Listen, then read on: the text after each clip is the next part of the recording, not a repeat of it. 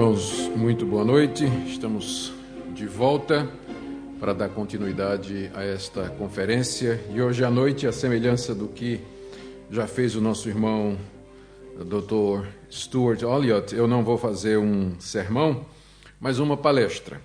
Mas, de qualquer forma, eu achei que não foi uma boa ideia deixar ele falar primeiro e falar sobre sermões chatos, não é? Porque aí todo mundo vai agora estar olhando o meu sermão, meu estudo, para ver se é tedioso, né? Aborrecido, como se diz aqui. Então, estou numa situação muito difícil. Isso me lembra a história que eu ouvi de um grande pregador escocês, esteve no Brasil alguns anos passados, e ele foi exatamente falar sobre pregação. Ele contou que quando ele casou, a esposa dele disse: olha, nós temos tudo em comum, menos essa caixa preta. Essa caixa preta aqui é minha. Você não pode olhar para essa caixa, você não pode abrir essa caixa. Tá bem. Passaram-se 20 anos e um dia ela está fazendo compras, não é? Ele está sozinho em casa, perambulando pela casa. O que é que ele vê? A caixa preta. Então, né? Curiosidade, pediu perdão a Deus e abriu a caixa preta, né? E dentro da caixa tinham 3 ovos e uma pilha, uma grande quantidade de dinheiro. Ele ficou curioso, né? Fechou a caixa e esperou a esposa chegar. Disse: olha, querida, desculpa, eu acabei quebrando a minha promessa, fiz o que não devia, abri a caixa. A mulher disse: que não tem problema não, isso foi 20 anos atrás, não tem problema não. Disse: mas agora eu estou curioso, eu estou querendo saber o que são esses 3 ovos aqui. Ela disse: olha, toda vez que você pregava um sermão chato, aborrecido, eu colocava um ovo na caixa. Aí o homem pensou: 20 anos, 3 sermões chatos. Mas e essa pilha de dinheiro? Foi o que eu apurei vendendo o resto dos ovos. Então, para a gente não pensar muito dos nossos sermões e palestras, não é? Muito bem. Meus irmãos, o tema da minha palestra hoje à noite é o método histórico crítico de interpretação. Eu acredito que a maioria de vocês, se não todos vocês, já estão de alguma maneira familiarizados com esse método, que é um método de interpretação característico do liberalismo teológico, que nasceu pelo século XVIII, talvez um pouquinho antes, final do século XVII, século XVIII, e que tem uma sobrevida nos nossos dias. Eu gostaria de falar a respeito do seu surgimento, quais são as bases ideológicas em que esse método se apoiou, o impacto que ele teve nos estudos bíblicos, a sua divulgação na igreja, depois um período de declínio que esse método sofreu e agora a sua sobrevida.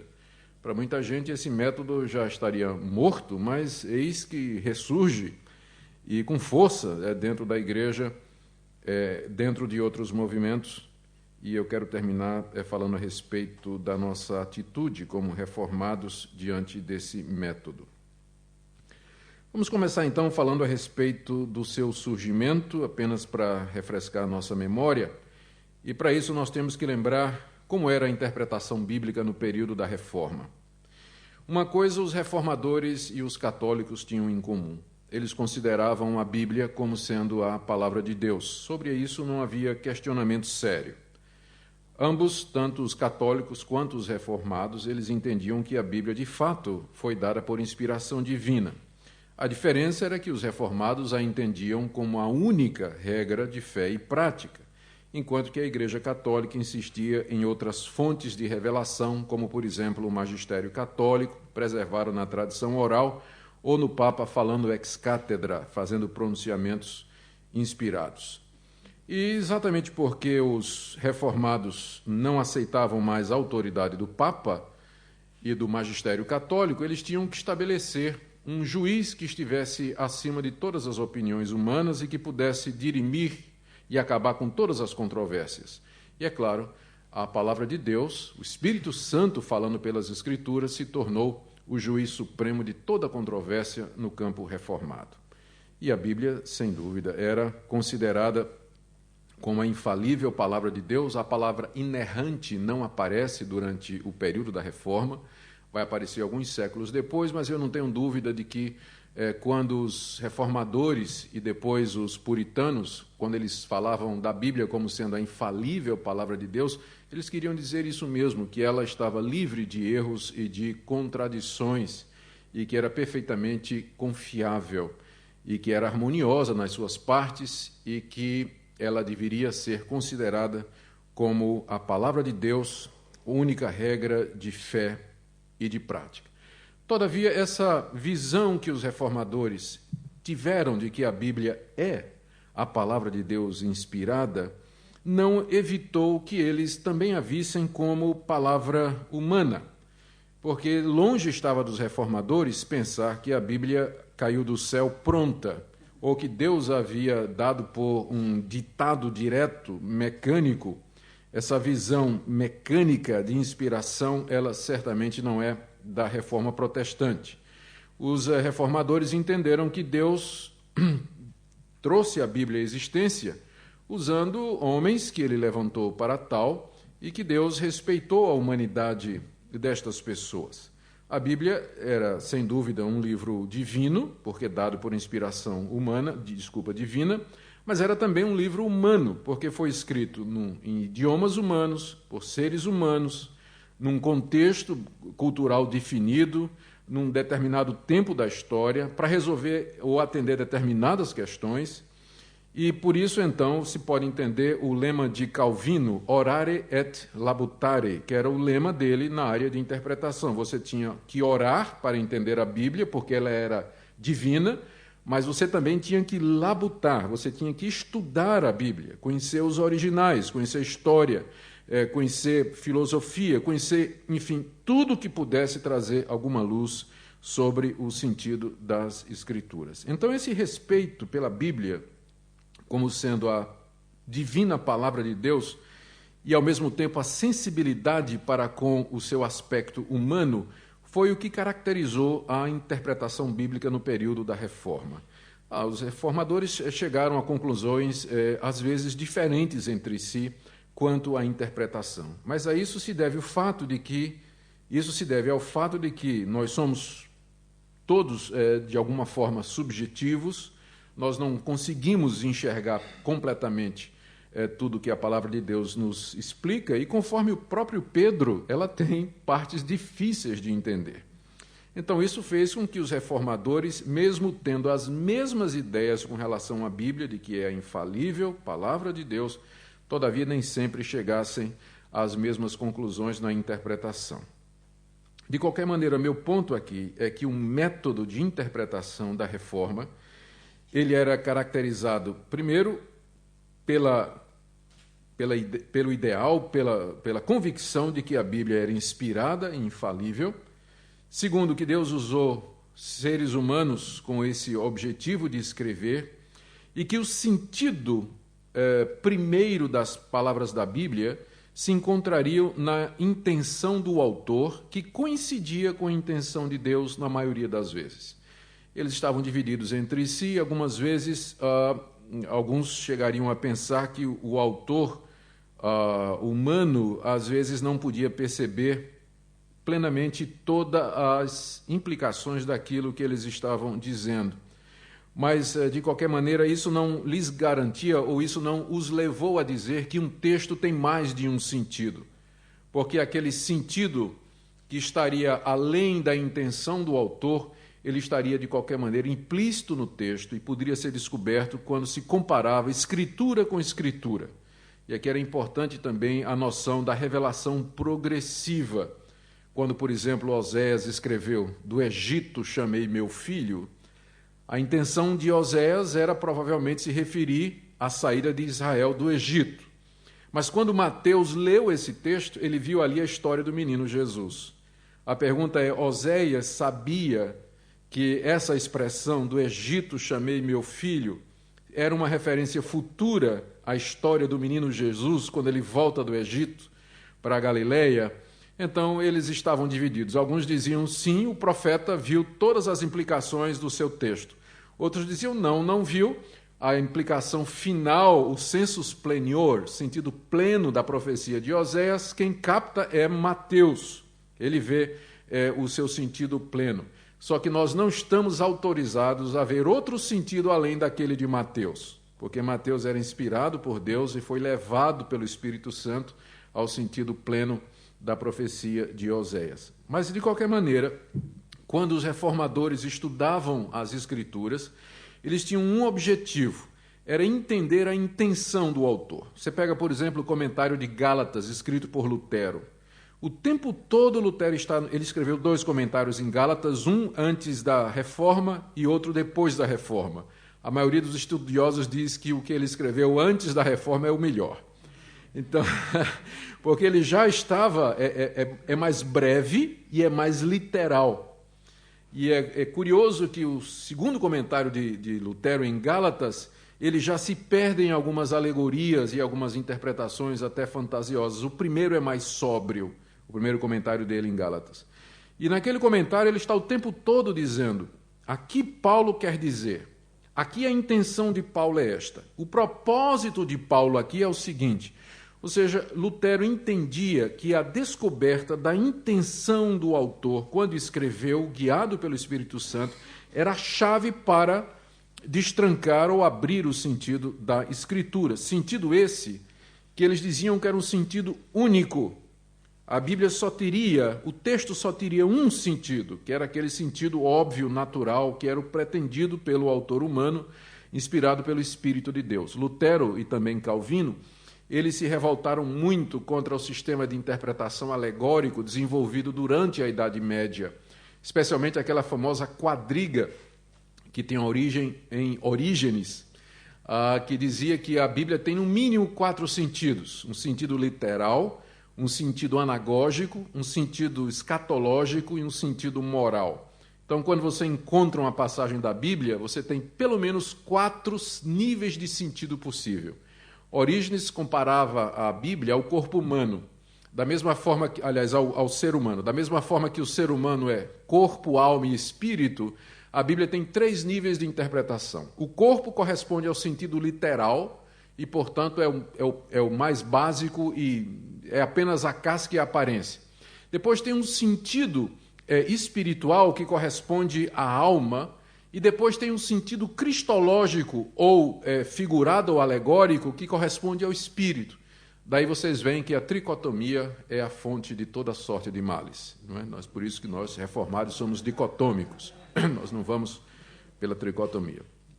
Mas então, a Bíblia teria esses níveis de interpretação, a ponto de que você poderia ler um texto, mas o verdadeiro sentido era aquele sentido que estaria por detrás. Então, data da Idade Média a famosa interpretação da parábola do bom samaritano, que todos nós conhecemos a parábola, que o homem que descia de Jerusalém para Samaria representa Adão. E aí, aqueles salteadores que o atacam e o derrubam e tiram tudo o que tem, é a queda, lá de Gênesis 3. E aí passa então um levita e um sacerdote que não atendem o homem, que representam a lei e os sacrifícios do Antigo Testamento, que não pode ajudar o homem caído. Aí vem um bom samaritano, que é Jesus, coloca vinho e azeite nas feridas, que é o sangue aplicado aos pecados, levanta o homem, que é o novo nascimento, coloca em cima do jumento, que é o evangelista, e leva para o hotel, estalagem, que é a igreja. E diz lá o dono da estalagem, que é o pastor, tem aqui 2 moedas, que é batismo e santa ceia. Cuida dele até que eu volte, que é a segunda vinda. O que é que está errado com essa interpretação? Ele disse alguma coisa errada? Não, mas é um sermão certo, no texto errado, não é? Então, esse tipo de interpretação, com a diferença de que tinha uma teologia errada, ela prevaleceu muito durante a Idade Média e os reformadores aboliram com o sistema alegórico e a ideia de que um texto tem mais de um sentido. Lutero, Calvino, Zwinglio, Melanchthon, todos eles concordavam que o texto tem um sentido apenas E esse sentido ele é descoberto por meio do orare e do labutare. Não se pode escolher, ou não se pode escolher um em detrimento do outro. Nós temos não somente que orar, mas também que labutar para chegar ao sentido do texto. Esse método de interpretação, ele foi, depois, no período da pós-reforma, no período do escolasticismo protestante, chamado de método gramático histórico. Ele não recebeu esse nome durante a Reforma, mas recebeu um século e meio depois o nome de método gramático histórico, e era um método, por definição, utilizado pelos puritanos e por aqueles que escreveram as grandes confissões de fé da Igreja. É interessante que a Confissão de Fé de Westminster, que foi escrita pelos puritanos, dentro da tradição presbiteriana, ela tem um capítulo, ela começa com a Escritura. É interessante isso, não é? Porque eles entendiam, a primeira ideia seria que devíamos começar com Deus, não é? Vamos escrever uma confissão de fé, vamos começar com Deus. Não. Eles disseram, nós vamos começar com as Escrituras, porque é somente nas Escrituras que nós podemos ter o verdadeiro conhecimento de Deus. E nesse capítulo sobre as Escrituras, os puritanos colocaram também um método de interpretação. Você encontra nesse capítulo 1 não somente a definição do cânon, a definição da inspiração, mas você encontra, inclusive, em várias das seções, o método de interpretar a Escritura. Então, se você é presbiteriano reformado, não é? E você adere à Confissão de Fé de Westminster, por exemplo, você já está comprometido com um método de interpretação que está atrelado a visão reformada do que é a Bíblia, que seria esse método que nós acabamos de descrever. Mas as coisas não continuaram assim por muito tempo, porque logo depois da Renascença e da Reforma, chega um período na história chamado do Iluminismo. E o nome já está dizendo, era um período em que o ser humano acreditou que novas luzes estavam sendo lançadas no conhecimento humano e sobre a própria existência humana. Foi um período de grande euforia e de otimismo quanto à capacidade do homem de entender a si próprio, entender o universo e achar uma solução para os seus próprios problemas. E aqui a característica do iluminismo é que o homem achava que seria capaz de fazer isso sem Deus. Ele não precisava da igreja e ele não precisava de outras fontes de revelação a não ser a própria razão. A análise crítica e racional seria a luz que haveria de guiar o homem ao conhecimento da verdade. O iluminismo, em grande parte, foi uma revolta contra a religião institucionalizada, tanto a católica quanto a protestante também, numa segunda parte. Porque o homem dizia que ele não queria mais ser tutelado, ele não queria não queria que fosse dito a ele o que era a verdade. Ele chegaria ao conhecimento da verdade através do seu próprio raciocínio. Na Alemanha, na França, na Itália, e em todos estes lugares onde o iluminismo entrou com toda a força, depois da Inglaterra com o deísmo, então essas novas ideias começaram a surgir. A filosofia predominante do iluminismo foi o racionalismo.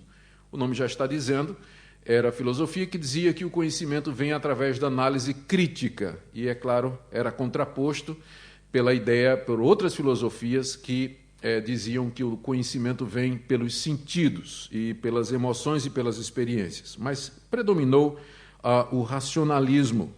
Mas tanto o racionalismo como as demais filosofias do iluminismo, todas elas tinham em comum esse fato de que nós não precisamos da igreja, não precisamos de um Deus que nos diga a verdade, porque nós chegaremos a essa verdade por nós mesmos, guiados pela deusa razão.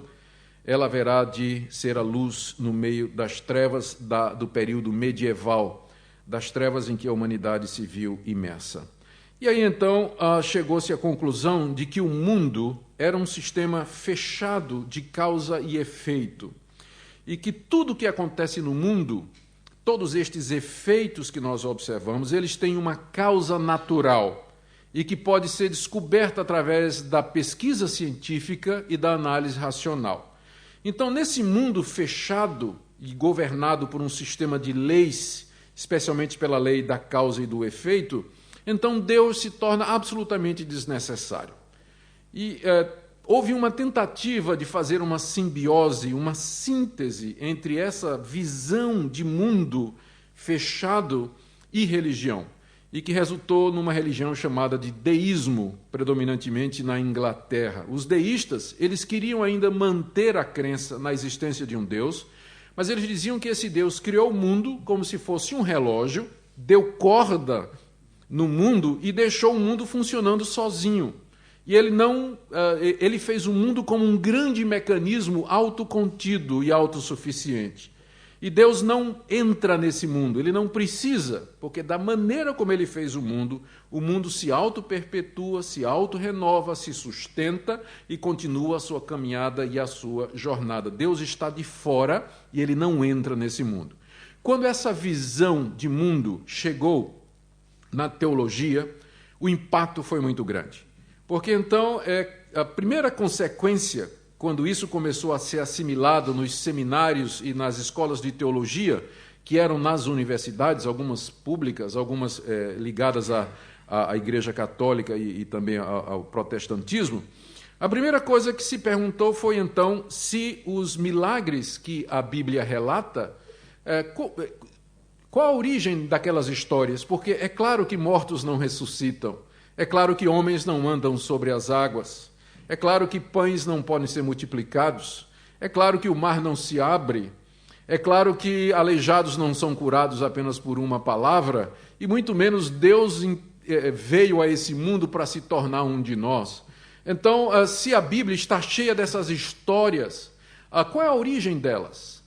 E aí a tarefa da interpretação bíblica deixou de ser colecionar ou entender regras que nos ajudassem a interpretar o texto bíblico, que era considerado como verdadeiro e histórico, e a tarefa da interpretação bíblica passou a ser simplesmente descobrir como é que essa Bíblia foi feita.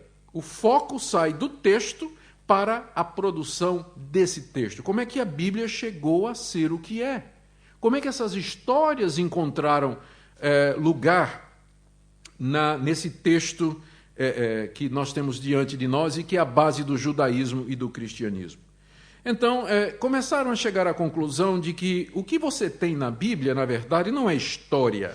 A Bíblia não está relatando fatos concretos que aconteceram. Por exemplo, a história da criação, nos primeiros 2 capítulos de Gênesis, aquilo são mitos fundantes inventados pelos israelitas para dar uma desculpa para a conquista da terra. Quando eles invadiram lá durante séculos e conquistaram as tribos da Palestina, eles precisavam de uma razão teológica para isso, e inventaram essa história que o Deus que criou o mundo, daí eles escreveram a história de Gênesis 1 e 2, é o mesmo Deus que chamou o patriarca deles, Abraão, e disse: eu vou te dar esta terra. Porque ele havia criado todas as coisas, ele tinha o direito de dar a quem ele quisesse a terra que ele criou. Então, com isso, os judeus justificaram as suas conquistas, as guerras de conquistas pelas quais eles ocuparam Canaã. Esse tipo de história que eles inventaram, Abraão nunca existiu. Não é? Começaram a dizer, ele é uma figura que foi criada pela tradição dos israelitas para poder justificar a posse da terra prometida. É chamado de mito fundante. E aí, então, começaram a ver todos os relatos miraculosos do Antigo Testamento como histórias para justificar determinados costumes, histórias para justificar o nome de determinados lugares, por exemplo, Betel, o que significa casa de Deus ou luz. Como é que esse nome apareceu? Inventaram a história que um dia um patriarca Jacó passou ali, dormiu e Deus lhe apareceu. Então deu o nome de Betel. E os nomes que você encontra na Bíblia e todas as histórias, então, elas eram motivadas politicamente e assim por diante. E aí, então, começaram, inclusive, a inverter, né? Os críticos do Antigo Testamento, eles dizem que nós temos que ler o Antigo Testamento de cabeça para baixo. Porque no Antigo Testamento você tem primeiro Moisés, o Pentateuco, depois você tem os livros históricos e você tem, finalmente... Você tem os salmos e você tem os profetas chegando por fim. Não, está tudo errado. Quem primeiro apareceu em Israel foram os profetas. Eles que começaram falando a respeito de Deus. Depois a religião se tornou mais institucionalizada. E aí então você tem o Pentateuco, que foi produzido durante o período do exílio. E durante o período do exílio, ou depois é que vieram os Salmos, o livro de Daniel e uma série de outras coisas, eles invertem a maneira como o Antigo Testamento era para ser lido. E quando chega no Novo, não é melhor. Eles estraçalharam completamente os evangelhos. As histórias que estão nos evangelhos, elas não podem ser verídicas, porque Deus não atua na realidade. Lembrem que eles estavam funcionando com essa visão de mundo fechado, não é? Então, eles tinham que explicar o que é que deu origem àquelas histórias e chegaram à conclusão de que o que você encontra na Bíblia não é realidade. No Antigo Testamento, você vai encontrar simplesmente a fé dos israelitas. E no Novo Testamento, o que você encontra é a Gemeindetheologie, é a teologia da igreja. O Jesus da história, ele está soterrado debaixo do Cristo da fé. O Cristo da fé é uma invenção da igreja primitiva e apostólica. Nós não temos hoje condição mais de recuperar o Jesus da história, porque criaram tantos mitos a respeito dele, que hoje nós não podemos mais recuperá-lo. Eu estou vendo alguns balançando a cabeça. Gente, eu não acredito nisso não, hein? Eu estou apenas descrevendo o que é que os liberais acreditam, tá? Eu vou fazer a crítica depois. Eu não estou acreditando nisso não, tá? Eu estou só descrevendo, por favor. Bom, o que eles disseram, então, eles passaram, depois de algum tempo, essas pessoas elas passaram a ser chamadas de liberais. O que eles disseram é que até então a interpretação que a igreja tinha feito era uma interpretação viciada. Porque se você já começa a ler a Bíblia com a convicção de que ela é a palavra de Deus, isso não é científico. Porque um método científico de interpretação ele tem que ser neutro. O cientista ele tem que se aproximar do objeto de estudo de maneira neutra, para que ele possa estar aberto para aceitar os resultados de sua pesquisa. Se você se aproxima da Bíblia já sabendo que ela é a palavra de Deus, ou acreditando que Jesus é o centro das Escrituras e que ele é o Filho de Deus, isso vai impedir você de analisar a Bíblia de maneira racional. Por exemplo, vamos pegar o relato dos 3 evangelhos a respeito da cura daquele cego em Jericó. Um evangelho diz que Jesus curou um cego na entrada de Jericó. O outro evangelho diz que ele curou um cego na saída de Jericó. E o outro evangelho diz que ele curou 2 cegos em Jericó. Como é que se resolve isso? Se você é um intérprete do método gramático histórico da Reforma, você pode não ter uma solução para isso, mas tem uma solução que você não vai aceitar. E qual é a solução que você não vai aceitar? Que um dos 3 está errado. Isso aí não. Você vai tentar achar soluções que harmonizem os 3 relatos. Porque você nunca vai dizer um deles está errado e os outros estão certos. Ou os 2 estão errados e um está certo. Ou os 3 estão errados. Você nunca vai dizer isso. Por quê? Porque você já está preso a um pressuposto teológico. Você já começou a interpretação viciando o resultado. Você já sabe qual vai ser o resultado da sua interpretação. E aí os liberais disseram, nós temos um método científico. Nós nos aproximando do texto, sabendo que ele é um texto humano, e uma das possibilidades é que as 3 narrativas estão erradas.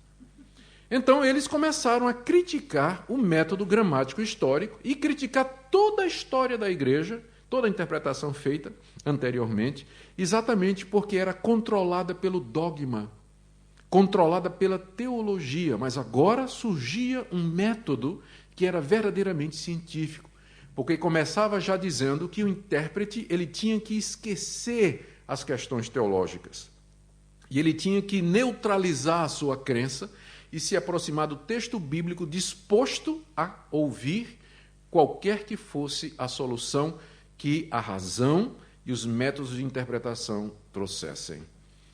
Bom, para não deixar vocês pensando qual é a solução, né, para esse dilema aí do cego, né?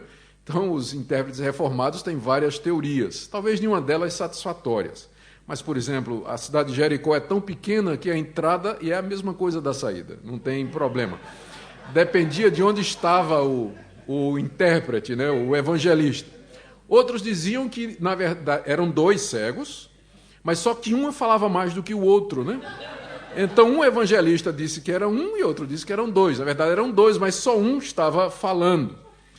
Ou então outra possibilidade é que os cegos começaram a falar na entrada da cidade e começaram a pedir e importunar Jesus durante toda a travessia da cidade, e Jesus os curou lá no final, na saída.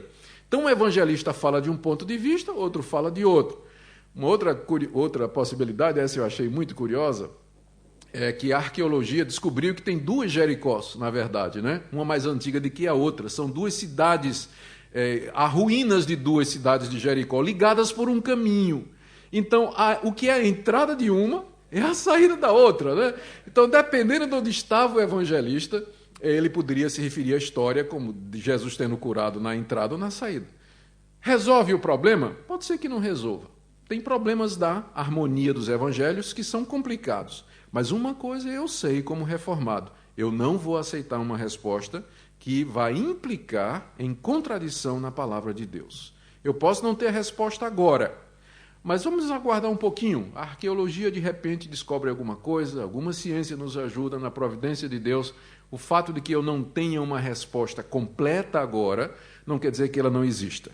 Apenas quer dizer que eu não a tenho agora. O que talvez nós não a tenhamos agora é uma questão apenas de esperar.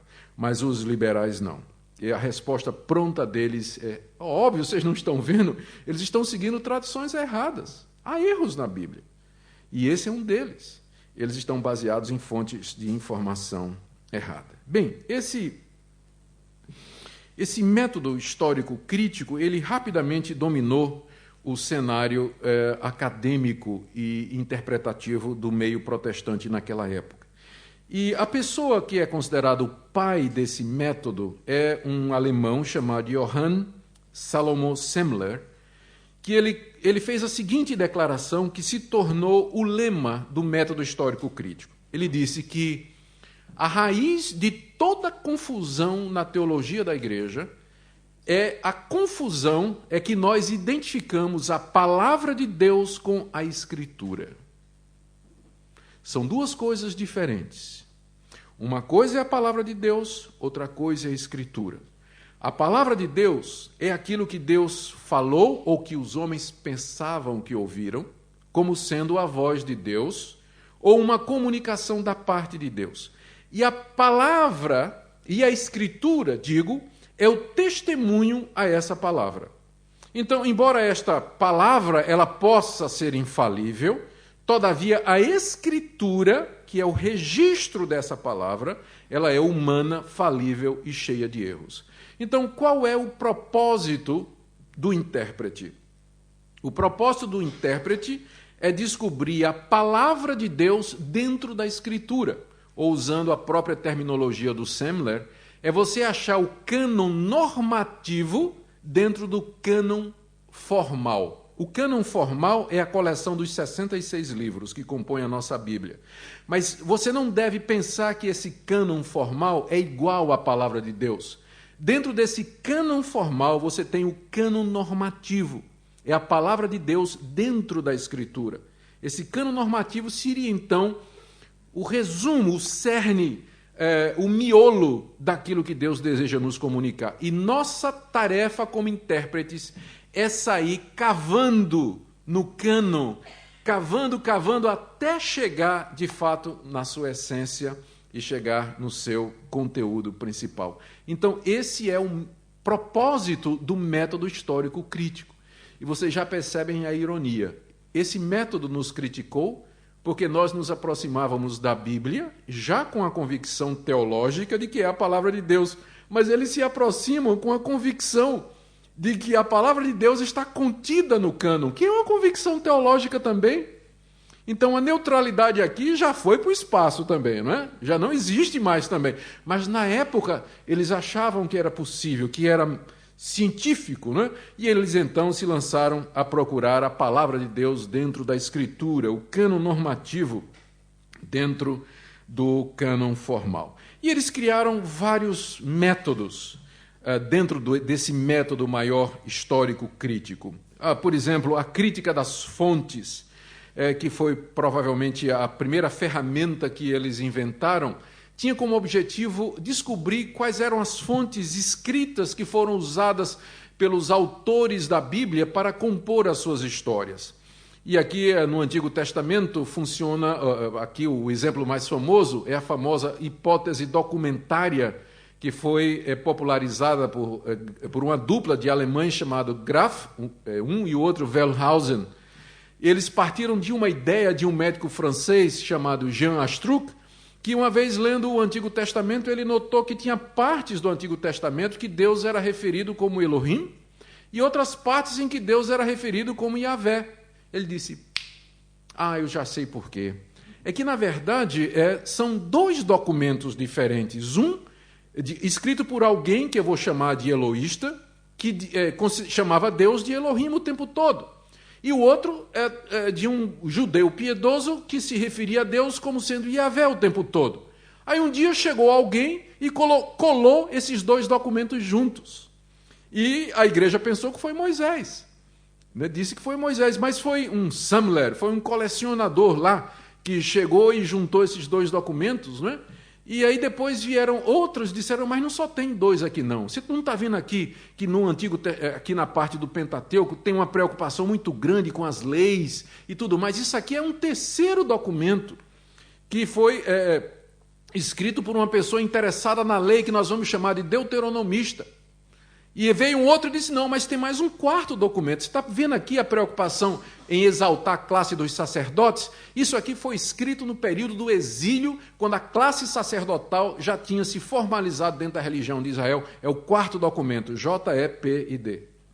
Então, na verdade, o Pentateuco nunca foi escrito por Moisés. Moisés nem existiu. Mas é uma coleção de documentos, de fontes escritas mal coladas umas nas outras, que foi produzido por alguém durante o período do exílio na Babilônia.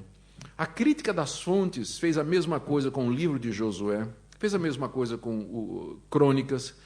Isaías dividiram em três partes, Deutero Isaías, no começo, depois Trito Isaías. 3 profetas com o nome de Isaías, ou se passando por Isaías, fizeram documentos e depois foi tudo colecionado como se fosse um livro só, escrito por esse profeta. Eles estavam preocupados em saber como é que o Antigo Testamento foi feito. Lembre que eu disse que nessa altura a interpretação bíblica não tinha mais como objetivo entender a voz de Deus na Escritura, mas saber como é que a Bíblia foi feita, já que para eles já partiam do princípio de que aquilo que estava escrito não era verdade. Eles já partiam da crítica, da dúvida, que era característica do ceticismo francês, não é? A dúvida como pressuposto ou como método que vem desse período caracterizava, então, a abordagem que eles faziam à Escritura. Já começavam duvidando de que aquilo que estava escrito era verdade, daí o método se chamar histórico-crítico. Histórico-crítico. Então, no Novo Testamento, então, foi que surge, embora esse assunto já tivesse sido discutido desde a época de Agostinho, mas surge a questão da formação dos evangelhos, da sua dependência literária. Se postula a existência de documentos como a famosa fonte Quelle, no alemão, que teria preservado ditos orais de Jesus e que seriam comuns nos evangelhos. Se postula fontes escritas que somente Mateus tinha, que somente Lucas tinha e assim por diante. As cartas de Paulo são trituradas. A segunda carta de Paulo aos Coríntios tem uma parte que pertence a 1 Coríntios, tem uma parte que pertence a uma carta perdida. O final de Romanos, aquele capítulo 16, cheio de recomendações pessoais de Paulo, na verdade, era a folha final da carta aos Efésios que se perdeu, porque Paulo esteve em Éfeso e fundou a igreja de Éfeso, mas quando acaba a carta, ele não dá saudação para ninguém. Todavia, na carta aos Romanos, onde ele nunca esteve em Roma, ele termina a carta mencionando quase 30 pessoas.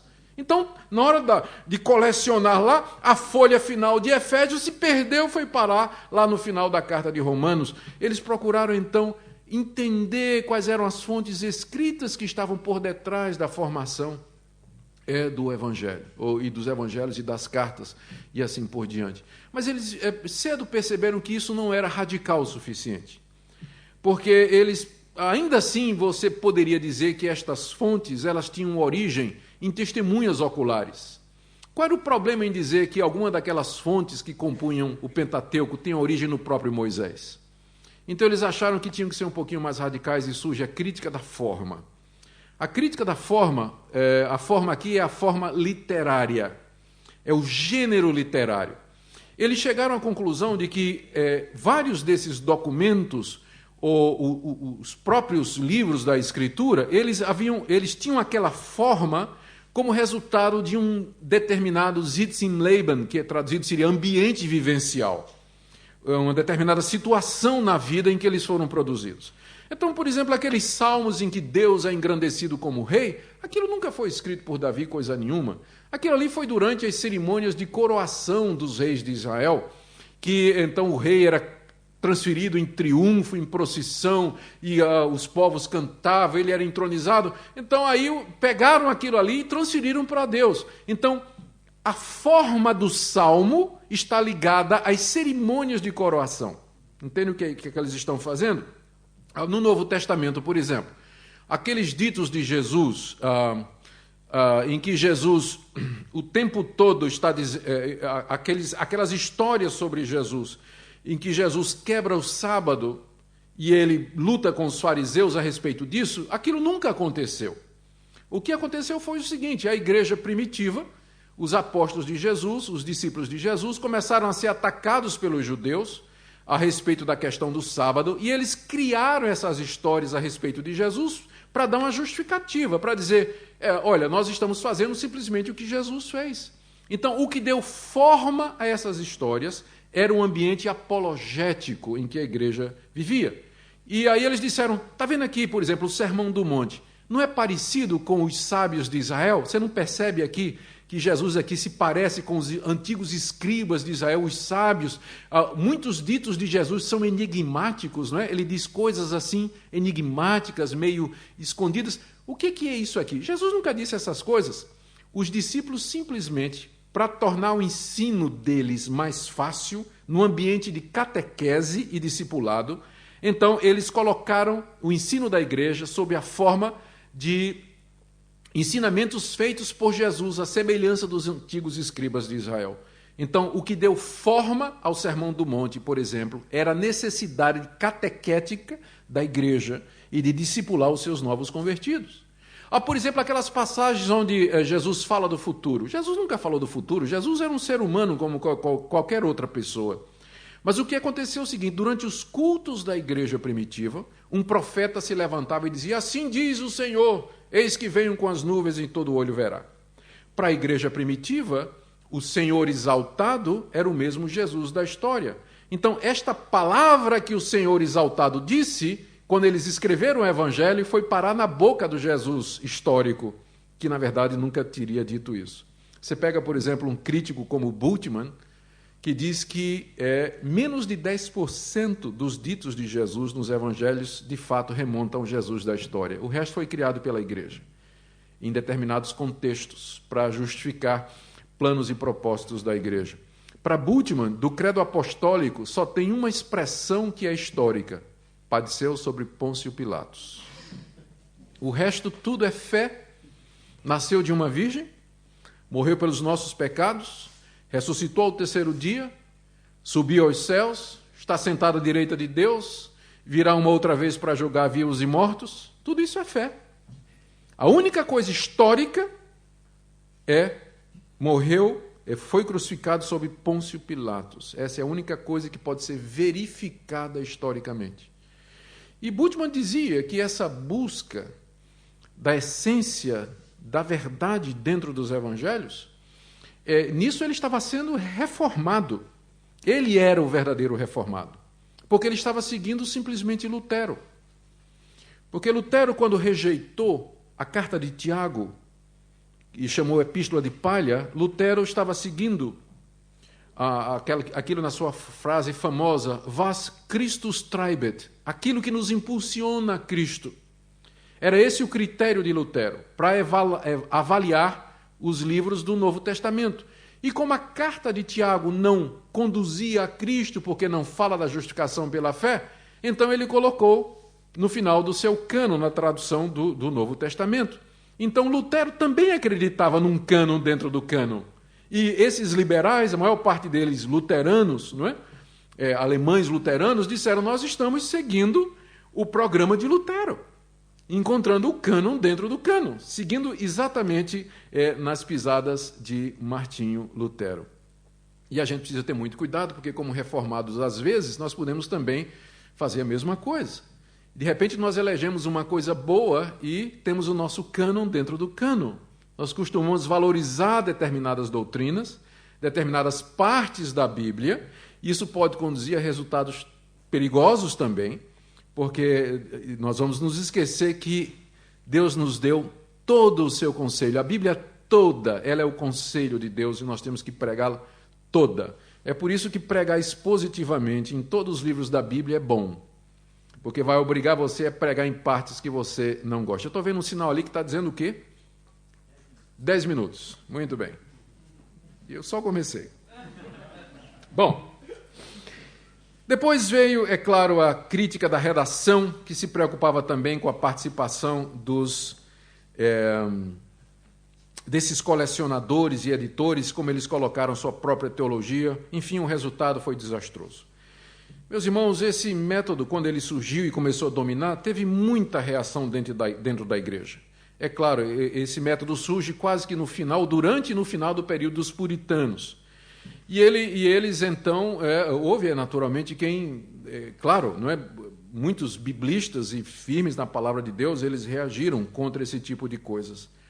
Mas esse método dominou nas academias e nos seminários e tornou-se predominante na Europa e também importado para os Estados Unidos, dominou seminários e denominações nos Estados Unidos e de lá saiu para o mundo todo.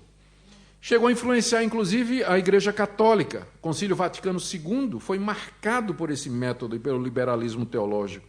E você vê hoje a produção dos padres teólogos biblistas, eles todos beberam nesse método. Tanto é que, se você vai procurar livros escritos do ponto de vista do método histórico crítico, pode ir para livrarias católicas, e você vai encontrar lá muitos biblistas católicos fortemente influenciados por esse método.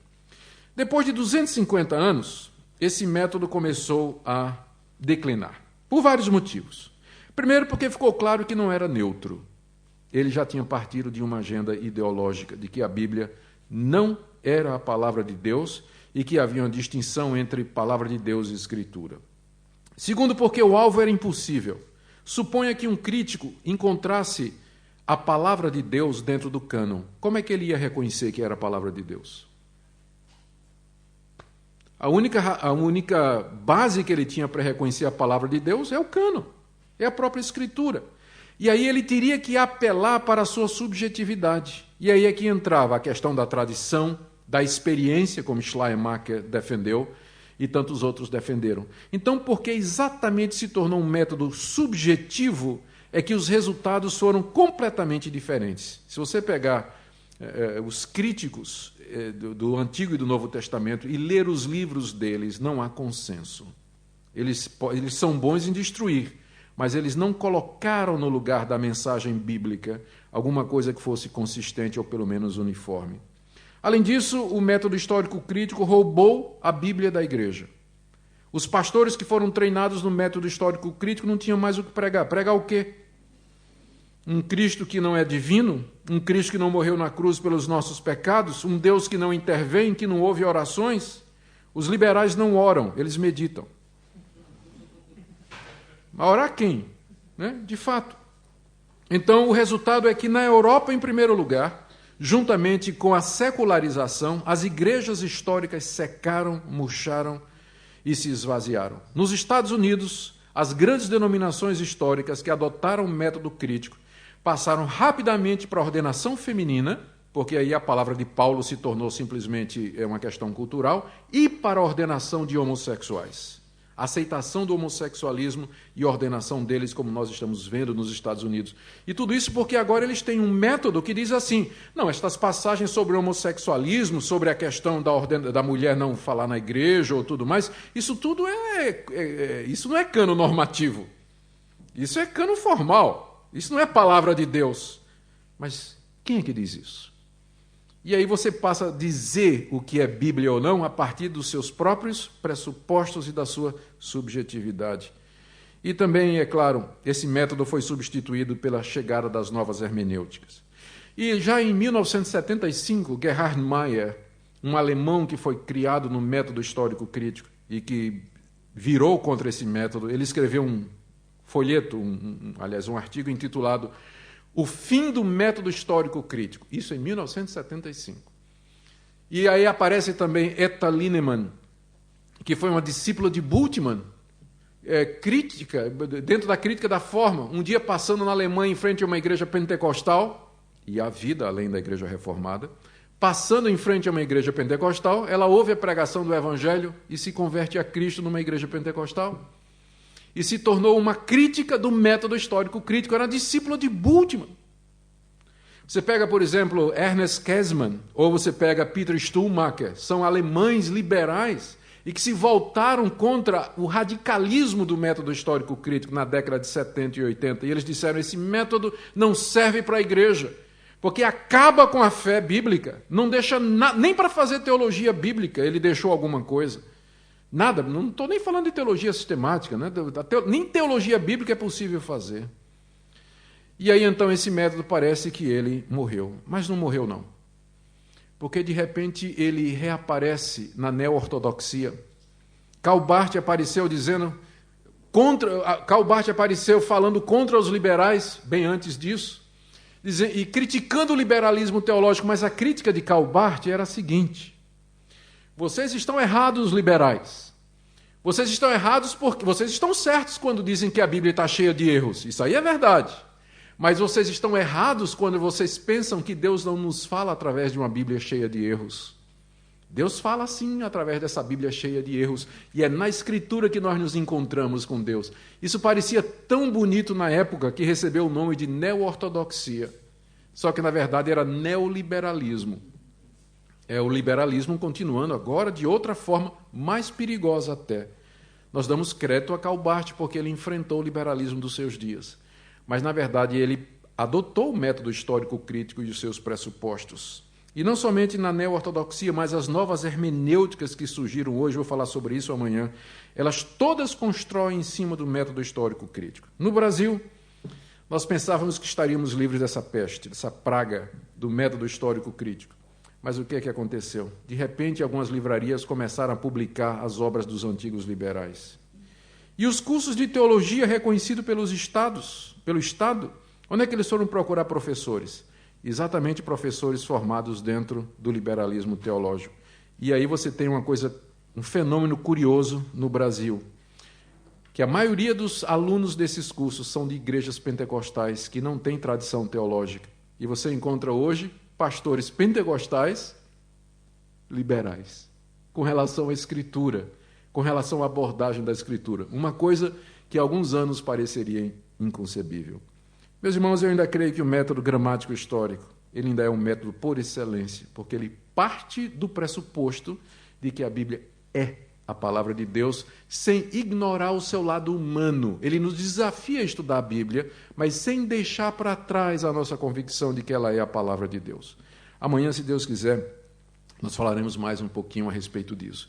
Eu passei a minha vida toda estudando estas coisas e já li muitos liberais. Eu continuo convencido da autoridade da Escritura e da sua infalibilidade e da sua inerrância. E eu creio que, enquanto nós nos apegarmos a esse pressuposto, nós estaremos bem sem perdermos a nossa cultura, erudição e academicidade. Que Deus nos ajude. Amém.